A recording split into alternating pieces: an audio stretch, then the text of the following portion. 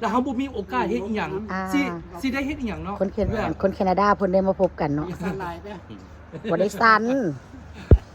ยกมาเดี๋ยวหักแพงกันเด้อ ก็ตายคนคุยเรื่องแซ่บนัวเฮ็ดเซินมาแล้วพอแต่กินบ่ได้กินสุกมาแล้วนักแล้วเขาบ่ได้สุกเลยเนาะแม่นบ่ล่ะคุณเลี้ยงน่ะเฮาบ่ลืมกินอาหารบ้านนี้คันเฮาสิไปเฮ็ดเป็นไอ้ไผบ่ได้บ้าน ได้แดกกับข้าวเหนียวคนเว้านี่เอ้ย เมียมันแต่งกินซอยบ้านเมืองเอาใส่ถุงมือมันต้นลูกต้นบ่เบิ่งแม่ครับว่าสองตับเปิดไปบัดเขาบ่ได้เฮ็ดแบบนั้นพี่น้องไอ้พี่จะกินมะเกี้ยงเขาบ่มาเด้อ เฮ็ดแบบว่าเขาบ่ได้สนใจใส่สุดงามไปกินมะเกี้ยง บ่ได้ไปตอนนั้นน่ะมัว4ตัว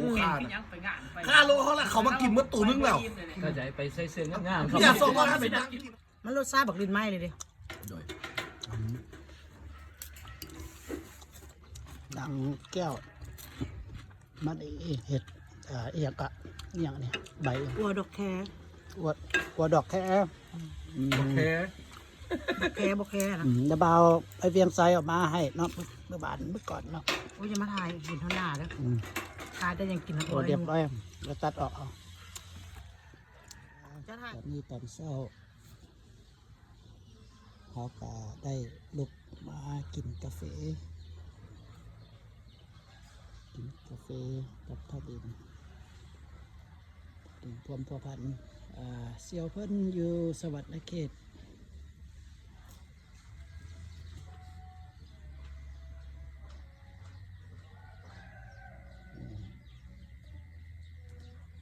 แต่เป็นอากาศดีทุกมื้อแบบนี้ตอนเช้าก็ได้ดมเสื้อ